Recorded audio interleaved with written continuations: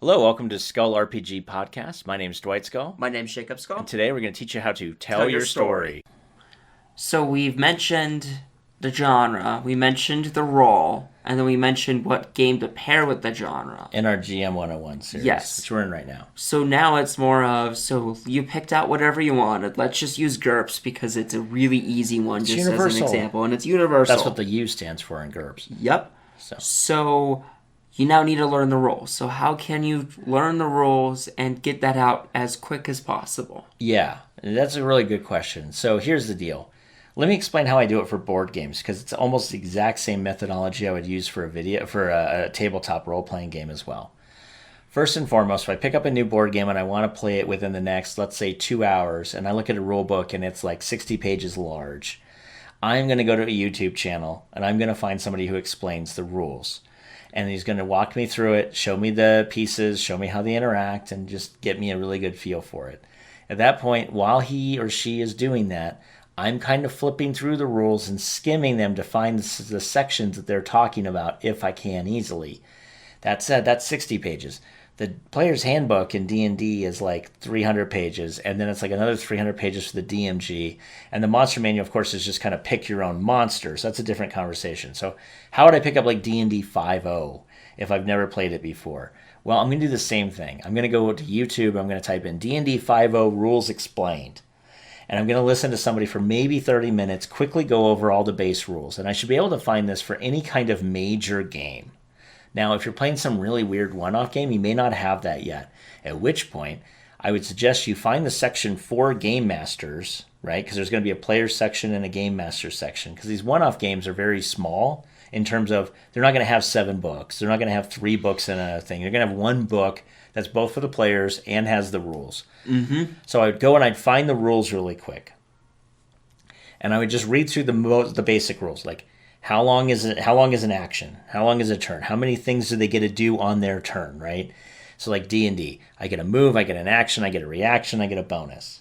And I don't always get all of those, but I could use them all eventually. Yes. Great.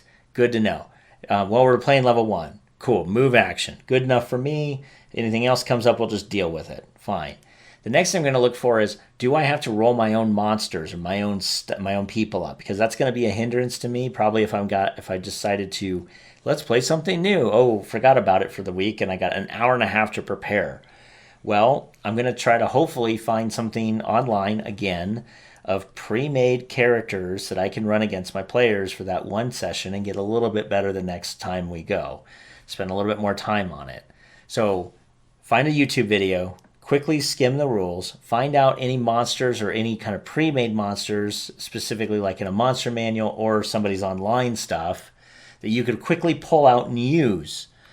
And then, at that point, I would try to roll up a character as fast as humanly possible, because that's going to give me an idea of what it's going to take.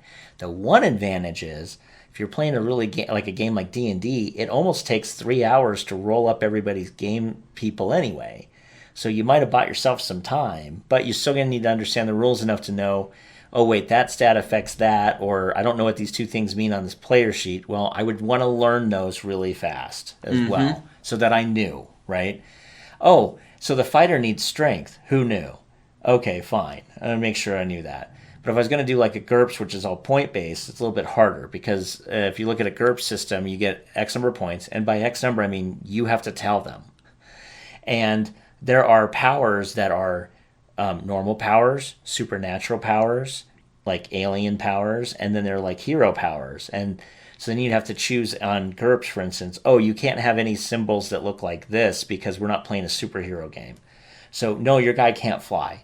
No, your guy can't have X-ray vision, right? He's playing a Victorian investigator. We're playing a Sherlock Holmes game, for God's sake, in 18-something, right? 1890. So no, your guy can't fly, he can't have stone skin, he can't be impervious to whatever, no, that's not what we're doing. Mm-hmm. So at that point, when you're looking at what kind of rule system you're playing and you've never seen it before, it is good to familiarize yourself with it, and each book's a little different. So GURPS has these little symbols. I would want to know what these symbols mean. You'd have the same thing in Knights Black Agents. They have little symbols too. The symbols mean something. It'd be a really good idea to figure out what the symbols mean. And that could just be a quick Google search, or it could be at the beginning of the book where they said how to use this book, and they talk about the symbols.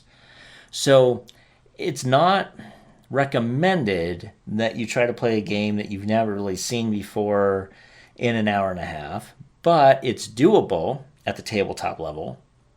Specifically, if it takes time for your players to roll up characters, that buys you some good time, and you can roll up a quick adventure while they're rolling up their characters. Also, there is a lot of good help for anything that has a decent amount of sales monthly or daily.